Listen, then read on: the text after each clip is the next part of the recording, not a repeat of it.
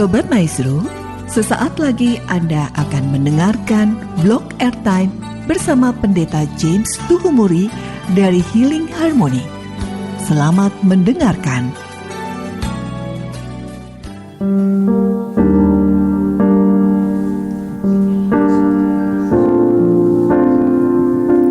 Shalom, selamat malam Jemaat Healing Harmony dimanapun Bapak Ibu Saudara berada.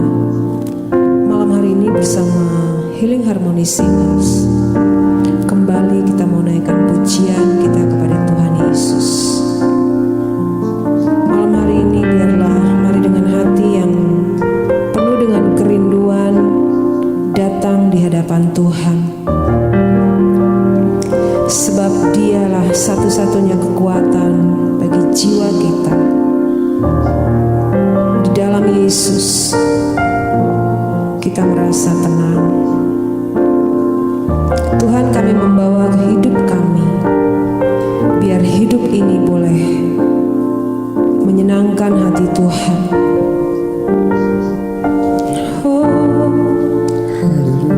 Kami datang kepadamu Yesus.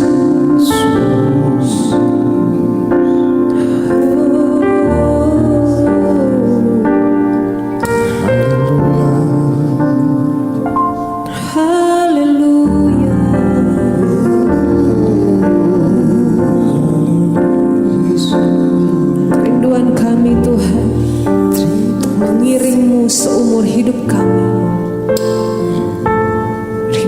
menjadi dupa yang berbau harum di hadapan-Mu Tuhan. Mari siapkan hati kita. Kita mau bawa pujian kita malam hari ini. Kekuatan di jiwaku, ketenangan batinku, ada dalam hadirat-Mu, ku menyembah-Mu.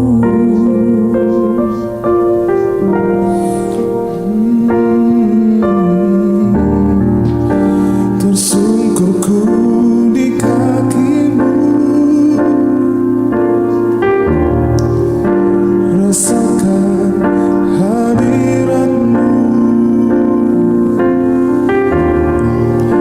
Takkan ku melepaskan-Mu, Kau cahaya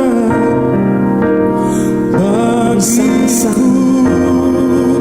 Mengiringmu seumur hidupku, masuk dalam rencana-Mu.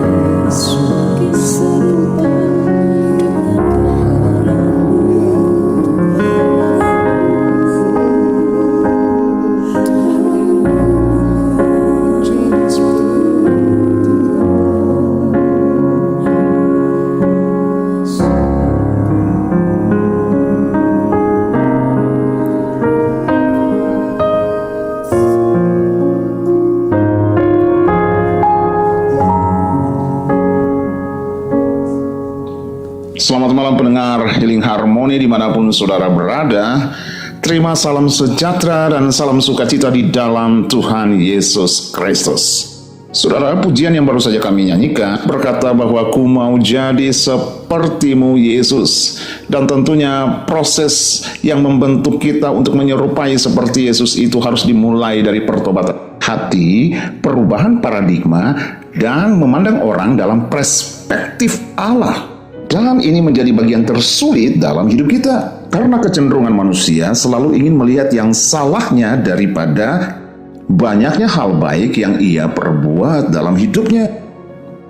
Saudara, manusia dalam perspektifnya terhadap sesama saling memberikan penilaian yang berbeda-beda. Bapak Ibu, tahukah saudara bahwa setiap kita, saya dan saudara, setiap manusia di muka bumi ini berharga dan juga bernilai? Bahkan di mata Tuhan, manusia sangat berharga dan bernilai. Setiap benda yang ada di ruangan saudara, yang ada di ruang tamu atau di dalam kamar saudara memiliki nilai yang berbeda. Tetapi saya dan saudara, semua manusia di muka bumi ini memiliki harga dan nilai yang sama di hadapan Tuhan semesta alam. Tidak pandang dari suku mana, apakah saudara orang Sumatera, orang Jawa, orang Kalimantan, orang Sulawesi, orang Maluku, orang Papua, orang NTT, orang NTB, orang Bali, semua kita berharga di mata Tuhan. Perangai Anda itu adalah orang yang lemah atau Anda itu orang kuat, Anda kurang pintar atau Anda pintar sekali, Anda be wise atau Anda kekurangan hikmat, Anda cakap kasar atau wajah Anda rada-rada ngeri begitu, Anda cantik atau Anda hampir cantik. Semuanya kita berharga di mata Allah. Harga dan nilai kita itu semua sama. Oleh karena harga dan nilai kita sama dalam pandangan Allah, maka Allah rela beli kita, Allah rela tebus kita berapapun harganya, dan ia bayar lunas dengan salibnya, dengan tubuh dan darahnya. Hari ini saya harus kasih tahu bahwa manusia dalam perspektif Allah ternyata sangat berbeda, jauh berbeda dengan manusia dalam perspektif manusia. Harga dan nilai saya, saudara yang mendengarkan, sama dalam perspektif Allah. Tetapi harga dan nilai orang-orang yang berada di seputar saudara dalam pandangan saudara mungkin sekali sangat-sangat berbeda. Bapak Ibu, manusia dalam kehidupan sosial dan spiritual cenderung lebih mudah melihat kekurangan orang lain daripada menyadari kelemahan dirinya. Dan memang fenomena ini telah menjadi bagian dari dinamika relasi interpersonal sejak dahulu kala.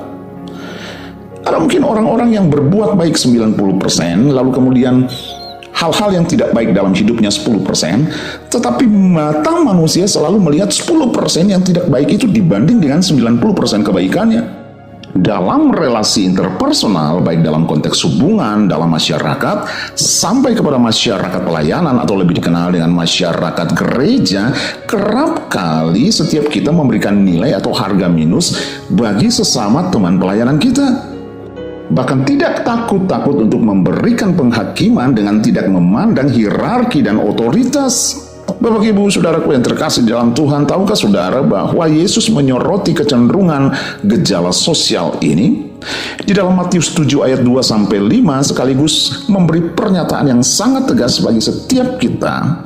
Dikatakan di sana, karena dengan penghakiman yang kamu pakai untuk menghakimi, kamu akan dihakimi, dan ukuran yang kamu pakai untuk mengukur akan diukurkan kepadamu. Mengapakah engkau melihat selumbar di mata saudaramu, sedangkan balok di dalam matamu tidak engkau ketahui? Bagaimanakah engkau dapat berkata kepada saudaramu, biarlah aku mengeluarkan selumbar itu dari matamu, padahal ada balok di dalam matamu? Ayat yang kelima berkata, hai orang munafik, keluarkanlah dahulu balok dari matamu, maka engkau akan melihat dengan jelas untuk mengeluarkan selumbar itu dari mata saudaramu. Saudara, perikop ini merupakan bagian dari khotbah di bukit yang mengandung ajaran-ajaran etis dan moral yang menjadi dasar kehidupan Kristen, yang selanjutnya harusnya menjadi budaya hidup di dalam perjemaat. Saudara, dalam teks ini Yesus menggunakan metafora selumbar dan balok untuk mengajarkan pentingnya refleksi diri sebelum kita mengambil keputusan untuk menilai orang lain. Hal yang pertama, saudaraku, Secara leksikal, selumbar itu dalam bahasa Yunani merujuk kepada serpihan kecil, apakah itu serpihan kayu atau debu, sedangkan balok atau dokos itu mengacu kepada potongan kayu besar yang digunakan sebagai penyangga bangunan. Lalu dengan menggunakan hiperbola ini, Yesus ingin menekankan betapa sering manusia lebih memperhatikan kesalahan kecil orang lain sementara mengabaikan kesalahan besar dalam dirinya sendiri. Dan kalau kita melihat struktur di dalam ayat-ayat yang tadi saya sudah bacakan, maka yang pertama ada pernyataan paradoks. Artinya kontras antara suka melihat selumbar di mata orang lain tetapi tidak pernah menyadari balok di mata sendiri, kesalahan sendiri. Yang kedua, ini juga berupa teguran terhadap hipokrasi. Artinya Yesus menyebut orang yang melakukan ini sebagai hipokrites, lebih dari sekedar munafik, artinya sering berbuat salah tetapi suka terus untuk menyalahkan orang lain. Tetapi yang berikutnya di dalam ayat yang kelima, Yesus menawarkan solusi, saudaraku. Artinya begini, sebelum mengoreksi orang lain, seseorang harus lebih dulu introspeksi. Dan ketika saudara introspeksi lalu kemudian mendapatkan sekian banyak kesalahan, Yesus bilang, perbaiki dulu kesalahan.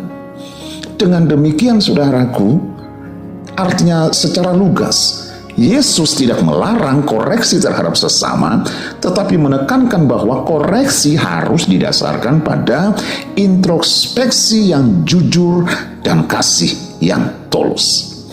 Hal berikutnya, mengapa manusia cenderung melihat kekurangan orang lain? Bapak Ibu, dalam etika Kristen, kecenderungan untuk menyoroti kekurangan orang lain itu dapat dikaji melalui beberapa hal. Antara lain, izinkan saya bilang, pertama, kesombongan moral. Manusia seringkali memiliki kecenderungan untuk merasa lebih benar dibandingkan orang lain. Ini merupakan bentuk kesombongan moral yang dalam teologi itu disebut sebagai self-righteousness, kebenaran diri sendiri. Dan Paulus di dalam Roma 3 ayat 3 mengatakan bahwa semua orang telah berbuat dosa dan telah kehilangan kemuliaan Allah, sehingga tidak ada yang benar. Tidak ada dasar bagi seorang untuk merasa lebih baik daripada orang lain. Hal yang berikutnya, ini bicara juga tentang mekanisme psikologis. Saudaraku, dalam psikologi moral ada satu konsep yang namanya konsep projection bias. Di situ menjelaskan bahwa manusia seringkali mengkritik orang lain sebagai bentuk mekanisme pertahanan untuk menutupi kelemahan dirinya sendiri. Dan hal ini memang sejalan dengan prinsip yang diajarkan oleh Yesus di dalam Matius 7 ayat 5 tadi. Sebelum mengoreksi orang lain, seorang harus lebih dulu melihat ke dalam dirinya sendiri. Hal yang ketiga, orang yang biasanya cenderung untuk menyalahkan orang lain itu kadang ditemukan orang seperti itu mengalami defisit kasih. Kurangnya kasih, kurangnya empati seringkali menjadi alasan utama mengapa seorang lebih mudah menilai orang lain daripada memahami perjuangan mereka. Paulus dalam 1 Korintus 13 ayat 4-7 menegaskan bahwa kasih sejati tidak mencari kesalahan, tetapi selalu bersikap sabar dan penuh dengan pengertian. Haleluya. Oleh sebab itu, mari kita minta kepada Roh Kudus, ubah hati kita supaya perspektif kita terhadap sesama kita sejajar, selaras dengan pandangan atau perspektif Allah kepada kita, orang-orang berdosa, orang-orang yang tidak dibenarkan, namun dibenarkan oleh karena kasih sejati. Haleluya. Kami undur diri dari hadapan saudara. Kiranya kebenaran ini membawa saudara untuk mengalami peningkatan di dalam mutu kehidupan saudara. Tuhan Yesus memberkati.